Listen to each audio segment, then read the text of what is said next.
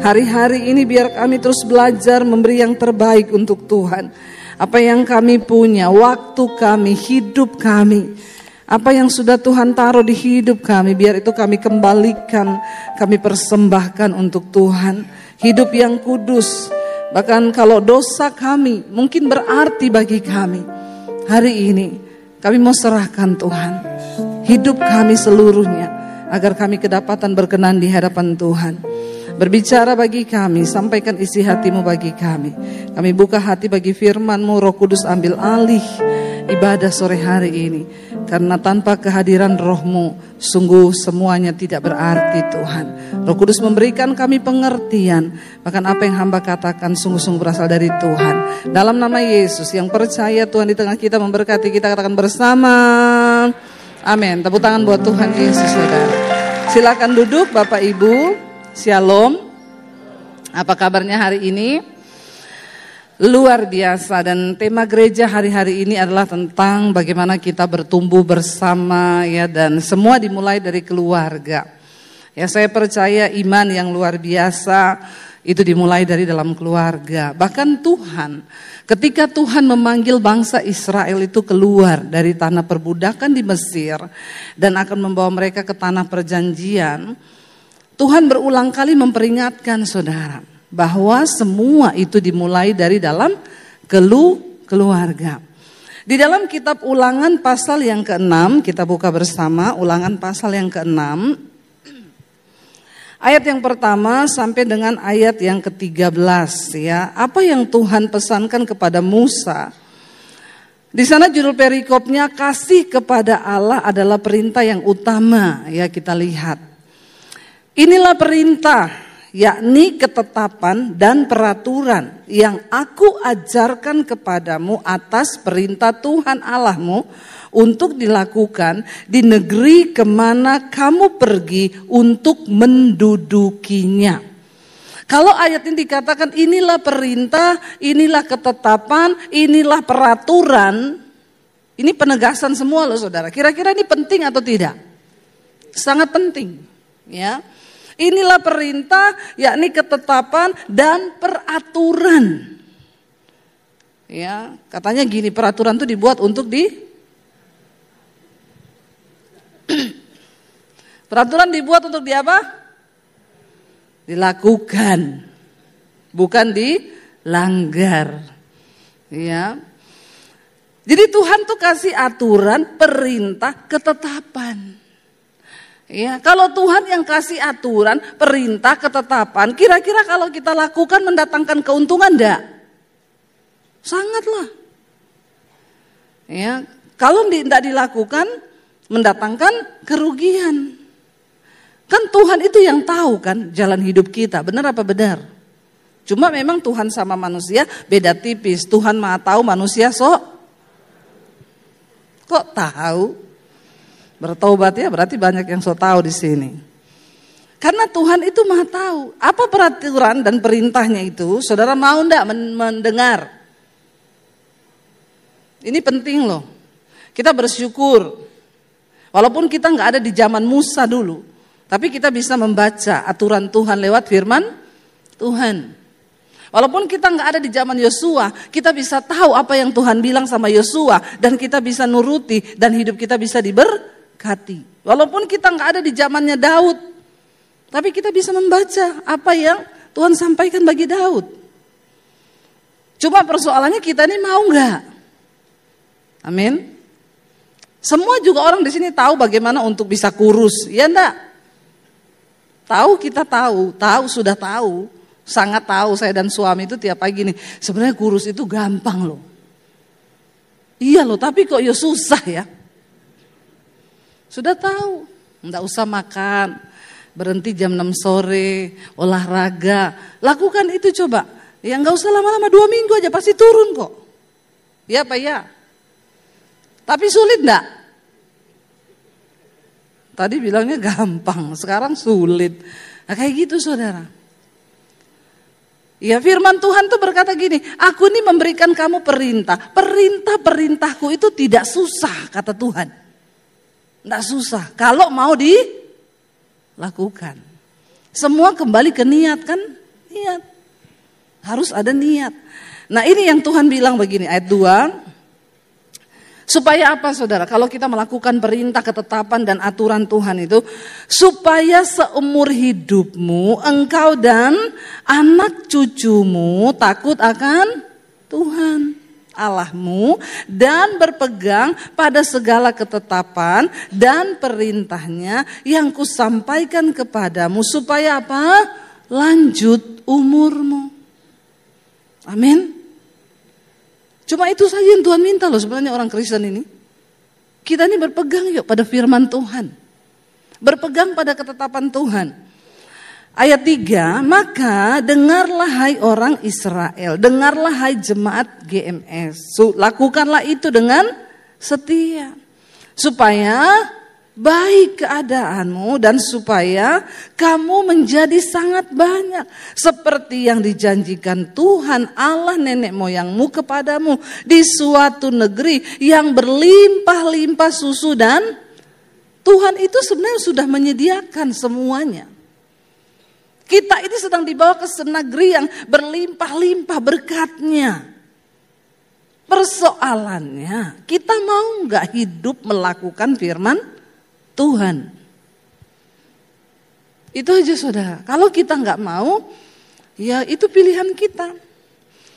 Lalu dikatakan begini, dengarlah hai orang Israel, Tuhan itu Allah kita. Tuhan itu Esa. Ayat 5 baca sama-sama dengan suara yang kuat. Kasihilah Tuhan Allahmu dengan segenap hatimu dan dengan segenap jiwamu dan dengan segenap kekuatanmu. Ini loh perintah yang dikasih sama kita ini. Bahkan Yesus mengulangi perintah ini. Ya. Dikatakan bahwa ya perintah itu cuma ini. Sebenarnya seluruh Alkitab, hukum Taurat dalam kitab para nabi, kalau disimpulkan cuma dapat 2 hukum. Kasihilah Tuhan Allahmu dengan segenap hatimu, segenap jiwamu, segenap kekuatanmu, dan kasihilah sesamamu manusia seperti dirimu sendiri. Jadi Alkitab, hukum semua kitab para nabi, semua ajaran Tuhan, kalau dirangkum cuma dapat 2 hukum. Sedikit enggak? Sedikit sekali toh. Ya. Ada orang yang datang sama Yesus, Tuhan kasih tahu dong hukum mana yang harus aku lakukan supaya aku ini bisa masuk dalam kerajaan surga. Karena kan banyak nih. Dia bilang aduh terlalu banyak kalau saya mau lakukan semua. Tuhan Yesus itu memang berhikmat dan penuh hikmat. Tuhan bilang cuma 2 hukum kok yang harus kamu lakukan. Karena semua ya firman Tuhan, semua kitab para nabi, hukum Taurat kalau disimpulkan tuh cuma dapat 2 hukum. Cuma 2 hukum. Kasihilah Tuhan Allahmu dengan segenap hatimu, segenap jiwamu, segenap kekuatanmu. Engkau baru bisa mengasihi sesamamu manusia seperti dirimu sendiri. Kalau orang gak mengasihi Tuhan, tapi dia bilang dia mengasihi sesama, itu pencitraan. Karena Tuhan Yesus bilang, gak mungkin kamu bisa mengasihi Tuhan yang tidak kau lihat. Kalau kau tidak bisa juga mengasihi manusia yang engkau lihat. Jadi ini ada timbal balik saudara. Harus dua-duanya. Dikatakan Tuhan tuh cuma minta, ayo ajarkan ini kepada anak cucumu supaya baik keadaanmu. Kenapa hidup manusia itu tidak baik? Karena ngeyel, nggak mau nurut sama firman Tuhan. Kasihilah Tuhan Allahmu dengan segenap hati. Tuhan itu melihat hati. Lalu kasih Tuhan Allahmu dengan segenap jiwa. Di dalam jiwa manusia itu ada pikiran, perasaan dan kehendak. Kau gak bisa cuma gini, aku mengasihi Tuhan kok dengan perasaanku. Tapi tidak dengan kehendakku, tidak dengan segenap ya roh, jiwa dan tubuh kita. Kalau engkau mengasihi Tuhan dengan segenap hati dan jiwa, maka kau gak mungkin berantem dengan suami 3 hari 3 malam gak omongan. Gak usah tertawa ibu-ibu. Amin. Ada di sini yang berantem 3 hari 3 malam gak omongan. Suami istri tolong angkat tangan. Saya suruh ini para pengerja baptis ulang. direndam 20 menit.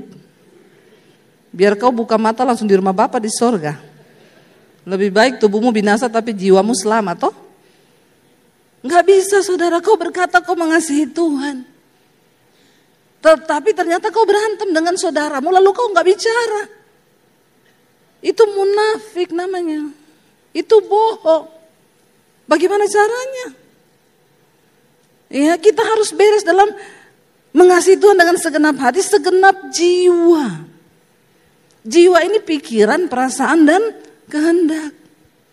Walaupun semarah apapun kau sama suamimu, sama istrimu, ya gak boleh kau gak bicara, itu gak boleh. Berarti kau gak mengasihi Tuhan dengan segenap jiwamu. Orang itu kalau marah, gak omong, gak apa, itu sakit jiwa. Dan ternyata banyak orang Kristen sakit. Tertawakanlah dirimu sendiri. Jadi bapak-bapak, kalau ada istrimu sekarang marah-marah gak omongan, 2 hari bilang, Bu periksa ke psikiater. Lagi sakit? Sakit jiwa itu bukan orang lari-lari di jalan gak pakai baju, itu korslet. Itu udah korslet itu. Sakit jiwa itu kau marah, gak bicara sama orang, jiwamu lagi sakit. Karena yang ada dalam jiwa manusia itu pikiran, perasaan, dan kehendak. Ngerti sekarang ya? Waktu kita mati, jiwa kita ini loh yang akan menghadap sama Tuhan. Yang akan dihakimi ini jiwa kita ini. Ya, keakuan kita ini. Makanya Alkitab berkata selamatkan jiwa. Enggak dibilang selamatkan orang, enggak. Hitungannya orang di hadapan Tuhan itu jiwa. Nah jiwa kita ini pikiran, perasaan, dan kehendak. Kita harus mengenal Kristus supaya engkau mencapai tujuan imanmu, yaitu keselamatan jiwamu. Jadi penting kalau kita tahu ini soal jiwa ini. Ya, dan jiwa itu gak bisa sembuh hanya dengan engkau pergi ke psikiater. Dikasih obat, disuntik, gak bisa. Ada ibu-ibu suaminya selingkuh. Ibu ini pingsan terus. Tiap hari pingsan waktu ketahuan suaminya selingkuh. Bukan cuma pingsan, dia kalau marah suaminya dia cakar. Karena dia pedicure, manicure, kukunya tajam. Dia cakar suaminya ini luka-luka semua di muka, di badan, di tangan. Dan suaminya hanya pasrah karena suaminya menerima dia sudah bersalah. Karena suaminya selingkuh sama pembantunya istrinya. Memang suaminya ini bukan tipe suami nakal. Dia enggak pernah di luar pacaran sama orang sama apa, enggak. Istrinya tuh bilang sama asistennya ini, yang boleh melayani bapak cuma kamu. Kalau saya enggak ada, saya keluar kota, yang boleh layani bapak tuh cuma kamu yang ngaturin makan. Kan istrinya membuka karpet merah toh. Orang selingkuh itu bukan karena cantik saudara. Ya, kadang lebih jelek dari istrinya. Lalu istrinya pingsan-pingsan, mereka ini orang cukup punya nama, ya, dan suaminya juga sudah pasrah, dicakar istrinya, digaruk istrinya. Jadi dia merasa bersalah, lalu mereka ke psikiater lah. Suami istrinya ini udah kena sakit jiwa, marah, kepahitan, luka batin. Psikiaternya ngomong gini, biasanya yang kayak begini Pak bisa sembuh sekitar 6 bulan sampai 1 tahun. Itu pun tergantung dari Bapak bagaimana menunjukkan sikap perubahan Bapak. Waktu psikiater ngomong sampai 1 tahun, suaminya ini sudah membayangkan mukanya ini akan sobek-sobek sampai 1 tahun. Orang kalau sakit jiwa bahaya saudara. Kenapa orang bisa bunuh orang? Cuma karena tersinggung. Lu pernah kan saya dengar di TV, seorang pengusaha dicari menghilang. Tahu-tahu ketemu sama tukangnya diinterogasi, dia pergi lihat bangunannya, ternyata dibunuh sama tukangnya, dicor. Kenapa? Saya tersinggung sama perkataannya dia. Perasaan saya terluka, jiwa, pikiran, perasaan, dan kehendak. Waktu perasaan terluka, pikiran ini, otak ini merintah pada kehendak, bunuh. Makanya Tuhan Yesus bilang seorang pembunuh itu adalah seorang pembenci Siapa membenci sesamanya manusia, dia adalah seorang pembunuh manusia. Karena pembunuhan bisa timbul dari rasa benci, sakit hati, kecewa. Jiwa ini yang memerintah. Pikiran, perasaan, dan kehendak. Kenapa kita harus mencintai Tuhan dengan segenap jiwa? Supaya kau gak sakit jiwa. Ya, banyak juga ibu-ibu nih sakit jiwa, saya tahu. Kasihan ibu-ibu ini. Selama ini suami cuma berpikir dia yang tersakiti. Kamu tahu gak, aku ini cari nafkah untuk mengenai istri ini di rumah lebih stres dari kau, Pak. Apalagi kau suruh istrimu, dia bilang gini, 10.000 di tangan istri yang bijak. 10.000 di tangan istri bijak jadi apa ibu-ibu? Togi sekarang 1 kilo berapa? Maaf ya, bayar parkir aja 15.000. Ya, jangan ikuti itu challenge ibu-ibu. 10.000 di tangan istri bijak jadi apa? Nggak jadi apa-apa. Nggak jadi itu.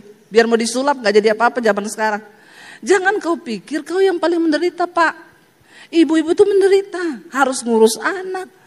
Apalagi suaminya bilang cukup nggak cukup sekian ya. Nah, istri kan bukan tukang sulap. Amin ibu-ibu. Saya bela kau ini. Jadi tolong aminnya agak kenceng.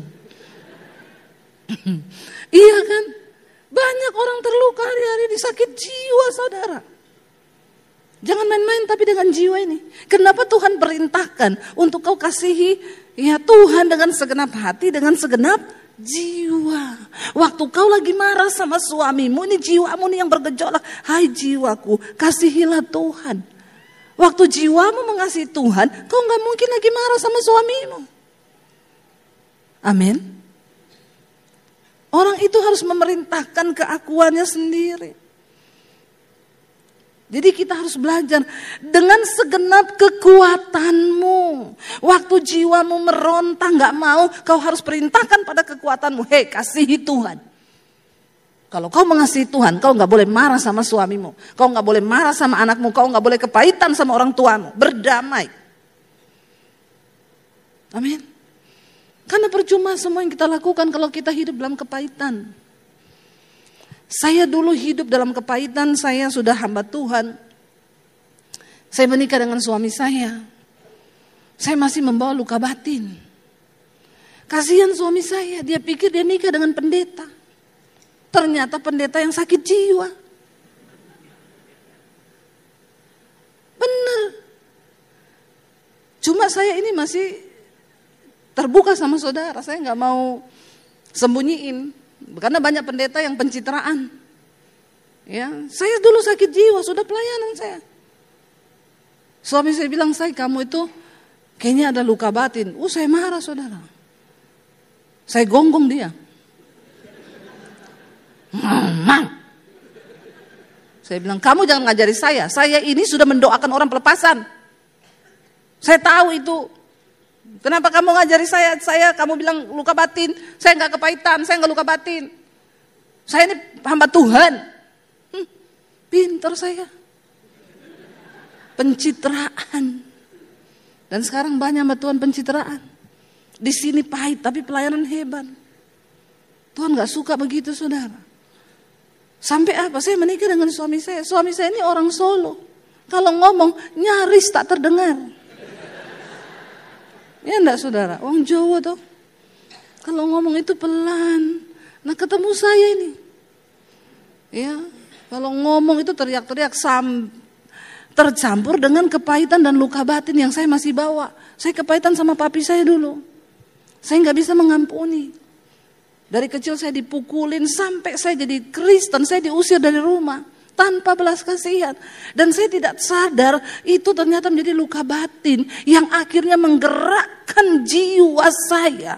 Menggerakkan hati, jiwa dan kekuatan saya. Ngeri saudara, orang itu kalau digerakkan sama luka batin, dia bisa melakukan segala hal untuk balas dendam. Dan itu saya dulu. Saya gak ngomong siapa-siapa, saya ngomong saya. Karena saya kepahitan sama orang tua saya.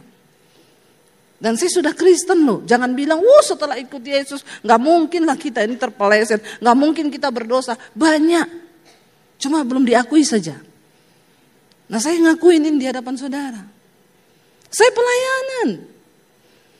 Tapi, kalau saya tersinggung apa sedikit sama suami saya, atau jangankan suami saya, ipar saya nih ngomong sesuatu, yang ngomong ipar saya, yang jadi sasaran suami saya. Benar. Saudara tertawa, tapi suami saya waktu itu stres. Bagaimana kalau dia bersaksi sedikit ya? Boleh ya? Saudara gak pernah dengar suami saya ngomong kan? Ayo sini saya. Sudah ditepuk tanganin loh. Masa gak maju? Ya, udah ditepuk tangani jemaat gak maju yo. Ngisin-ngisini toh. Pripun toh yo. Jadi kasihan dia saudara, dia pikir dia dapat hamba Tuhan, dia bebasir hebat ini. Ternyata, nih saya cerita yang benar loh.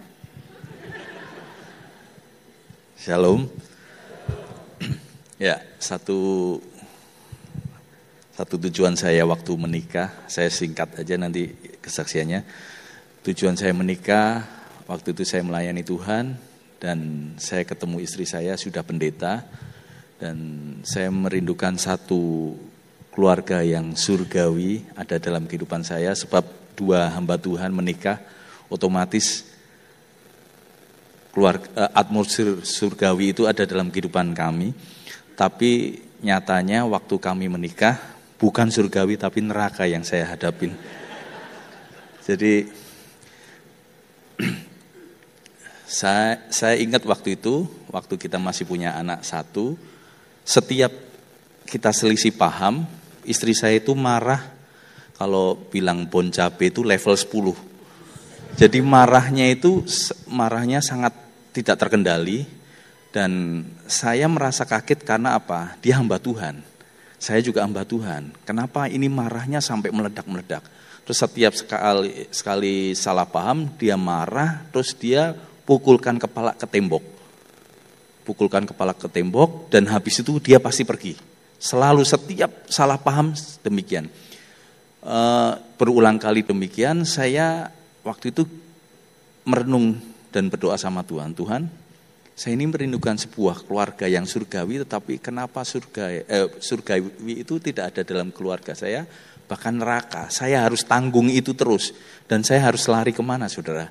Kita dua-dua hamba Tuhan. Masa saya harus lari ke jemaat? Ibu pendeta kalau marah kayak gini kan gak mungkin. Jadi saya harus ngomong. Harus pencitraan. Iya, saya harus nutupin itu. Tapi waktu saya tutupin saya gak kuat. Setiap salah paham demikian.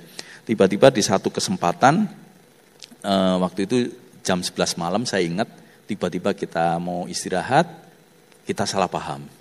Waktu salah paham benar saudara, itu keadaan kamar saya itu seperti neraka. Saya mau teriak tidak bisa. Waktu itu dia marah, pukul-pukul ke tembok, tapi biasanya setelah pukulkan ke tembok dia keluar. Waktu itu saya punya hikmat, pintu saya kunci, saya kantongin. Jadi dia nggak bisa kemana-mana, tapi saya ngerasakan itu, Tuhan gimana ini kemudian saya diingatkan satu hal tentang, dari Roh Kudus tentang luka hati. Saya bilang, Non, saya panggil dia Non, coba kamu lihat saya.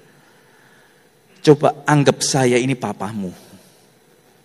Kamu bilang mengasihi papamu. Dari situ saya lihat dia waktu melihat saya, dia semakin menjadi levelnya bukan 10 lagi, semakin 15 dia meronta. Saya bingung, Tuhan ini gimana caranya? Saya seorang laki-laki dulu pernah belajar karate, tapi tangan ini tidak mampu untuk memukul istri saya. Karena saya ya ada di dalam Roh Kudus ya. Nggak, saya yakin itu waktu itu saya bingung sama Tuhan. Tuhan, saya merenung Tuhan, saat ini Tuhan, saatnya Tuhan. Saya nggak mau kayak gini terus.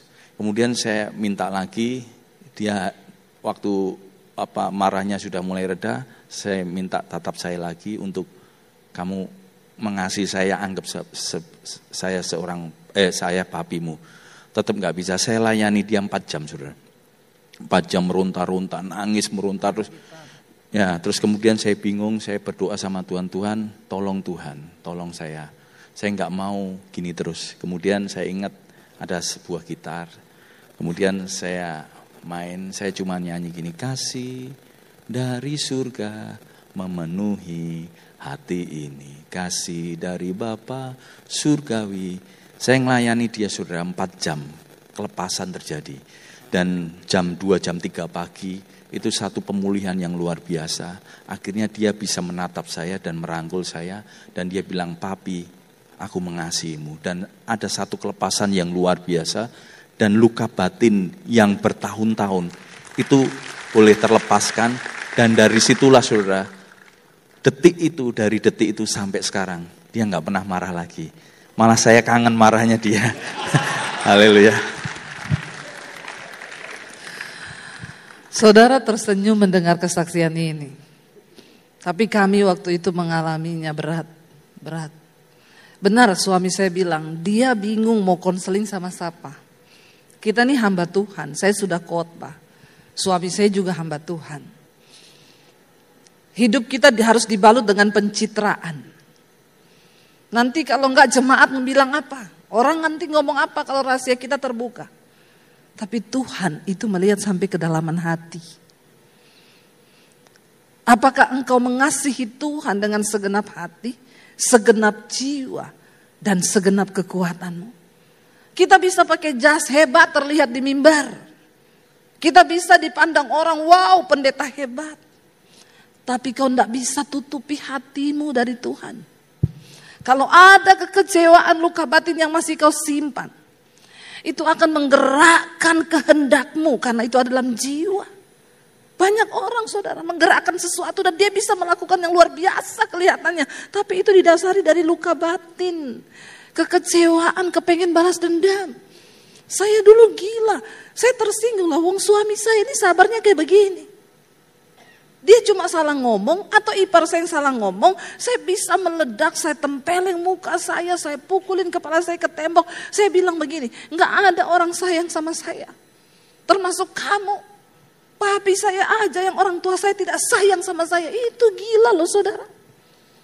Dan saya membiarkan itu mengontrol hidup saya.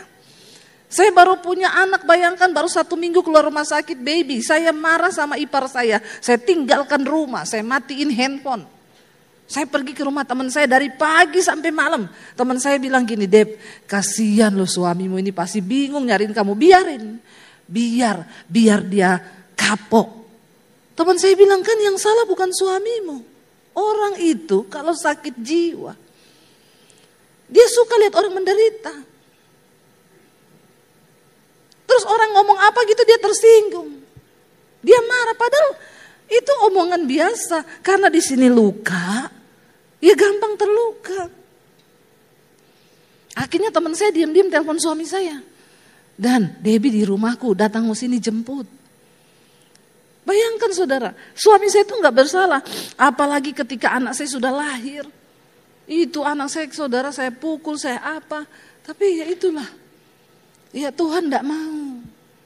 Tuhan mau kita ini mengasihi dia dengan segenap hati, segenap jiwa, segenap kekuatan. Kita mampu kok melakukan firman. Waktu kita bersandar pada Tuhan. Karena Alkitab berkata, apa yang tidak mungkin engkau lakukan karena keterbatasanmu sebagai manusia, itu akan dilakukan oleh Allah dalam dirimu. Amin. Karena kesanggupanku adalah pekerjaan Allah di dalamku. Tidak ada saudara orang yang mampu melakukan firman. Tapi waktu kita duduk di kaki Tuhan dan nangis dan bilang, Tuhan aku mau Tuhan. Mampukan aku Tuhan. Saya ini banyak saudara dilukai. Bahkan oleh pendeta-pendeta bahkan. Tapi saya belajar.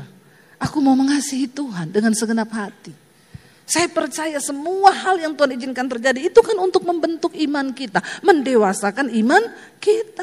Nah sekarang tergantung kita mau kepahitan atau kita mau berespon dengan benar. Makin benar kau berespon, ya makin cepat engkau diproses oleh Tuhan. Dibawa ke level yang lebih tinggi. Ingat pencapaian seseorang itu tidak terlihat dari usahamu yang sukses, dari pelayanannya wow. Dah, Dari apakah hidup kita ini berkenan atau tidak sama Tuhan. Dan semua persoalan rahasia hati kita itu kitalah yang tahu. Orang tahu, orang lain gak ada yang tahu. Makanya Alkitab bilang, jagalah hatimu dengan segala kewaspadaan. Kalau saya pakai baju kebalik, ya pasti hospitality-nya, pengerjanya udah ngomong, Bu maaf baju ibu kebalik. Tapi kalau hati saya yang kebalik, siapa yang bisa kasih tahu saya? Bahkan Pak Yusuf gak bisa kasih tahu saya. Bu Debi, maaf kenapa? Hatinya ibu kebalik. Ibu senyum, tapi di hati dongkol. Kan gak ada yang tahu. Urusan hati, urusan kita dengan Tuhan. Tapi percayalah, kalau hatimu ndak beres, jiwamu ndak beres, engkau ndak mengasihi Tuhan dengan hati dan jiwa, berkatmu itu terhalang saudara. Gak ada damai sejahtera di hidup. Itu berkat yang nomor 1 dalam hidup kita. Damai sejahtera dan sukacita. Mau sekaya apapun orang kalau gak ada damai dan sukacita buat apa? Sebaliknya, semiskin apapun kita, waktu ada kebenaran, ada damai sejahtera dan sukacita, itu kita lebih dari pemenang loh saudara. Amin. Itu berkat Tuhan. Makanya kita belajar hari ini. Tuhan bilang, ayo kasihilah Tuhan Allahmu dengan segenap hatimu, dengan segenap jiwamu, dan dengan segenap kekuatanmu. Apa yang kuperintahkan kepadamu pada hari ini haruslah engkau memperhatikan. Ayat 7, haruslah engkau mengajarkannya apa? Berulang-ulang kepada anak-anakmu dan membicarakannya apabila engkau duduk di rumahmu, apabila engkau sedang dalam perjalanan, apabila engkau berbaring, dan apabila engkau bangun. Perkatakan dan ucapkan dan ajarkan firman Tuhan. Agar kita mengasihi Tuhan. Ya, dan dikatakan haruslah juga engkau mengikatnya sebagai tanda pada tanganmu dan haruslah itu menjadi lambang di dahimu. Bayangkan loh firman Tuhan itu harus selalu kita bawa di dahi, itu di otak kita nih. Tanamkan firman Tuhan. Ya, dan haruslah engkau menuliskannya pada tiang pintu rumah dan pada pintu gerbangmu.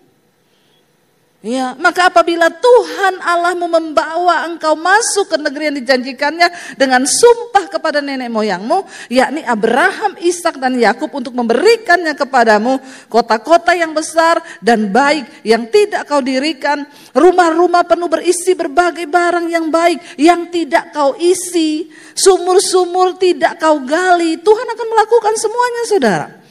Kebun-kebun anggur, kebun-kebun zaitun yang tidak kau tanami. Dan apabila engkau sudah makan dan menjadi kenyang, 12 berkata, maka berhati-hatilah supaya jangan engkau melupakan Tuhan yang telah membawa kamu keluar dari tanah Mesir, dari rumah perbudakan. Haruslah apa? Takut. Baca bersama.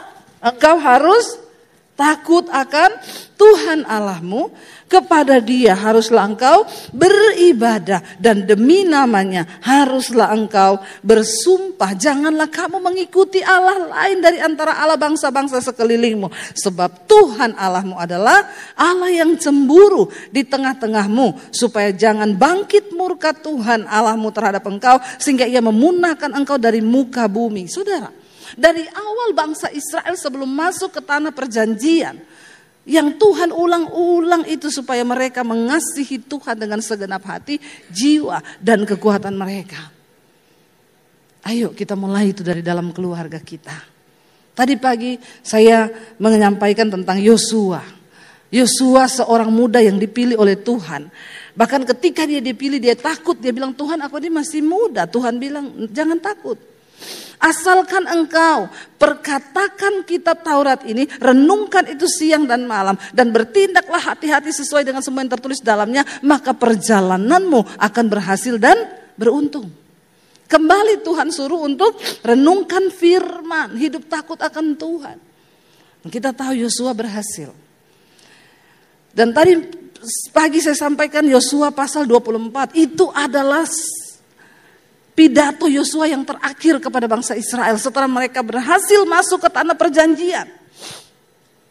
Sebelum Yosua mati, Tuhan suruh Yosua kumpulkan segenap umat Israel di Sikem. Kenapa di Sikem? Sikem adalah tempat pertama Abraham mendirikan mezbah bagi Tuhan. Ketika Abraham dipanggil oleh Tuhan, waktu itu namanya masih Abram. Abram, pergilah engkau keluar dari negeri sanak saudaramu, aku akan menuntun engkau masuk ke satu tanah yang aku janjikan kepadamu. Dan Abraham tiba di tempat itu namanya di Sikem. Dan disitulah Tuhan berfirman kepada Abraham. Dan Sikem tempat pertama mezbah dibangun oleh Abram untuk mencari dan menyembah Tuhan. Dan tidak secara kebetulan Alkitab itu ditulis. Ketika bangsa Israel bisa masuk ke tanah perjanjian, mereka di Sikem dikumpulkan oleh Yosua. Di tempat yang sama di mana pertama kali Tuhan menyampaikan janji itu kepada Abraham. Ya, dan Yosua mengingatkan kepada bangsa Israel, engkau sekarang sudah masuk ke tanah ini. Yosua, itu kitab Yosua yang terakhir pasal 24. Setelah itu Yosua mati. Ketika mereka masuk ke tanah perjanjian, Yosua bilang, pesan yang terakhir, hiduplah hormati akan Tuhan. Beribadahlah kepada Tuhan. Kalau hari ini engkau merasa tidak penting bagimu untuk beribadah kepada Tuhan, aku dan seisi rumahku, kata Yosua, kami akan tetap beribadah kepada Tuhan. Oktober, bernya itu apa? Beribadah. Amin saudara. Bikin di Instagram nanti ya. Oktober, bernya apa? Beribadah kepada Tuhan. Kita harus beribadah kepada Tuhan. Sebab Daud berkata, dari dulu aku muda, sampai sekarang aku telah menjadi tua. Tidak pernah aku melihat orang benar itu ditinggalkan oleh Tuhan. Dan tidak pernah aku melihat anak cucunya itu meminta-minta roti, bahkan meminjam. Sebaliknya, aku telah melihat orang-orang yang disertai oleh Tuhan, mereka bahkan menjadi orang-orang yang meminjamkan kepada orang lain. Dan anak cucunya akan mewarisi negeri.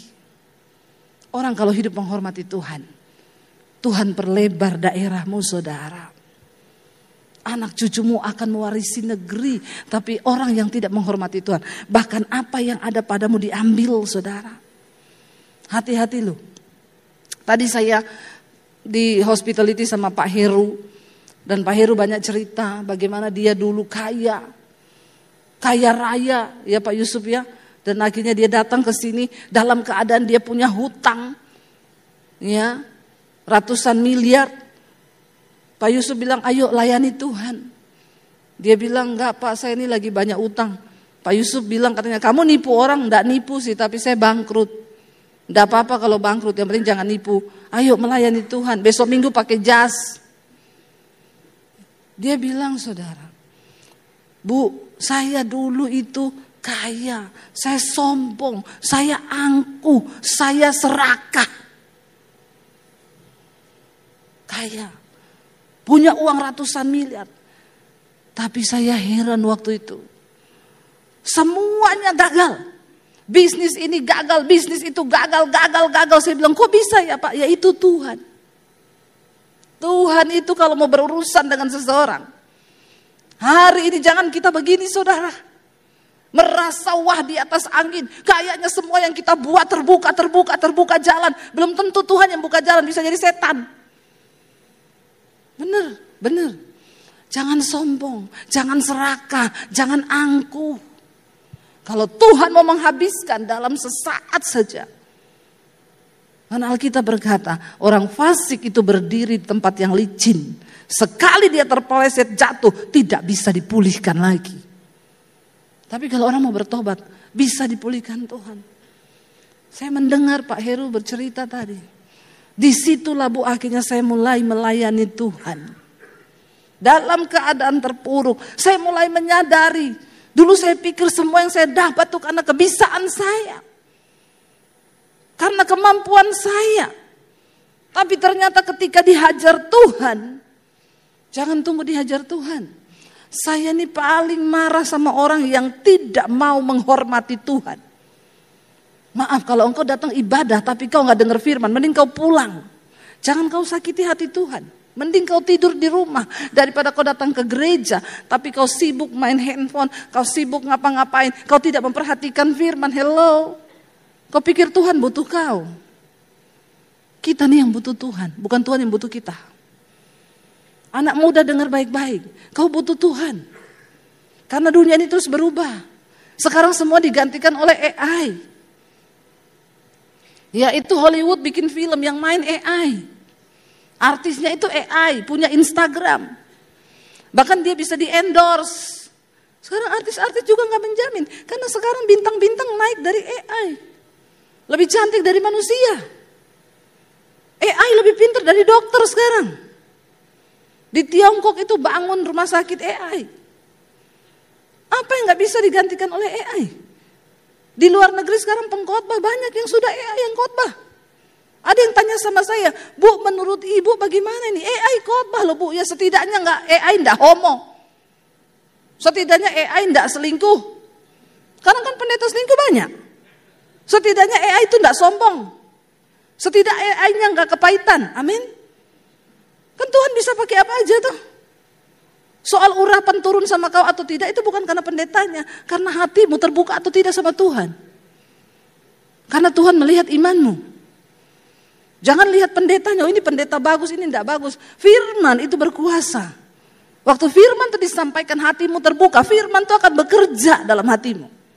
Tapi kalau engkau nggak mau terbuka bagi Tuhan, biar pendeta siapa juga yang kuat bersini, biar Tuhan Yesus yang bicara juga, kau nggak dengar kok. Hati-hati saudara. Anak muda ke depan. Kau belum cari kerja ini, kau masih kuliah. Padahal orang yang dipecat sudah puluhan ribu. Iya enggak? Buka matamu lebar-lebar, jangan santai. Jangan santai. Orang-orang yang lulusan cum laude sekarang nganggur loh. Ya, kau sudah otak pas-pasan. Maaf ya, keahlian ndak punya. Ndak takut Tuhan, ndak menghormati Tuhan, mau jadi apa kau? Maaf ya, saya ngomong memang harus begini toh ngomongnya. Udah gak usah main-main lagi kan sekarang, udah mau kiamat. Bener gak? Saya tuh ngomong saudara. Ya, otak pas-pasan, semuanya nggak ada, keterampilan nggak ada, kok nggak takut Tuhan? Setidaknya walaupun kita ini nggak pintar-pintar banget, tapi kita takut Tuhan.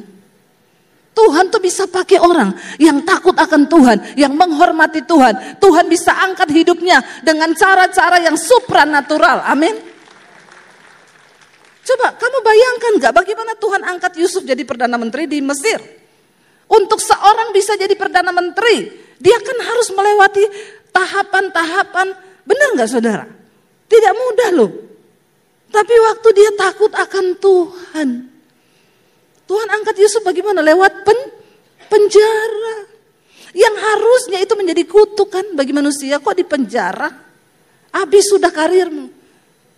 Tapi waktu Tuhan yang bekerja, justru di penjara, Yusuf ketemu dengan Raja Fir'aun. Itu loh cara Tuhan yang di luar akal logika. Jangan pakai logikamu terus. Karena Alkitab bilang terkutuklah orang yang mengandalkan kepintarannya sendiri. Tapi diberkatilah orang yang mengandalkan Tuhan. Banyak hal-hal supranatural yang bisa Tuhan buka hari-hari ini. Bagaimana saya hari ini bisa orang tahu saya dengan YouTube, saya ke Australia, saya kemana-mana tuh, saya cuma tulis aja, puji Tuhan landing di Australia, itu inbox masuk, ting ting ting, Bu Debbie mau ajak makan Bu, mau ngajak ini Bu, tinggal di rumah saya Bu, gini. Saya nggak tahu mereka itu siapa. Dan siapa yang buat begitu? Tuhan. Saya nggak pernah mau usaha apa-apa loh, supaya YouTube naik, tolong ya subscribe, kirim ke orang. Nggak bisa, kalau bukan Tuhan yang berperkara. Sia-sialah usaha orang membangun sesuatu. Letakkan Tuhan sebagai yang paling utama di hidup kita. Hormati Tuhan. Karena Tuhan berkata begini, siapa menghormati aku, akan kuhormati. Itu firman-Nya loh. Saudara bisa bayangkan Tuhan bilang, siapa menghormati aku, dia akan kuhormati. Kalau Tuhan menghormati kita, makanya gak usah cari muka sama manusia. Gak usah gila hormat, amin. Percuma, ngapain saudara? Cari muka aja sama Tuhan. Bagaimana caranya cari muka sama Tuhan? Dapatkan perkenanannya. Kasihi dia dengan segenap hati, segenap jiwa, segenap kekuatan. Waktu kau dapat hatinya Tuhan. Wow, kita cuma bisa akan berkata, wow Tuhan kok gini-gini banget. Benar, kok gini banget sih Tuhan. Kita baru kepikiran apa, Tuhan sudah lakukan. Hari ini saya dengan suami begitu. Kami ini berdua kalau lihat cuma lihat-lihat ini, kok Tuhan gini banget ya. Oh ya kenapa ya. Tapi dulu juga waktu menderita gitu, kok Tuhan yo gini banget ya. Ternyata sama saudara. Tapi rasanya beda. Ayo hormati Tuhan. Taruh Tuhan pada prioritas yang pertama. Kalau kau sedang ada dalam kesusahan hari ini, jangan cari manusia. Jangan coba pinjam-pinjam uang sama orang. Saya undang para imam musik maju. Jangan, enggak usah andalkan manusia, enggak usah. Duduk di kaki Tuhan. Cari Tuhan, andalkan Tuhan. Datang beri hidupmu yang terbaik kepada Tuhan. Beri hatimu yang terbaik kepada Tuhan. Waktu kau beri semuanya bagi Tuhan, Dia Tuhan yang turut bekerja dalam segala perkara untuk mendatangkan kebaikan bagi hidup kita. Kita bangkit berdiri bersama dalam hadirat Tuhan. Kami berikan semua yang berharga, yang terbaik, yang mulia dari yang kami miliki bagimu Tuhan. Katakan bersama.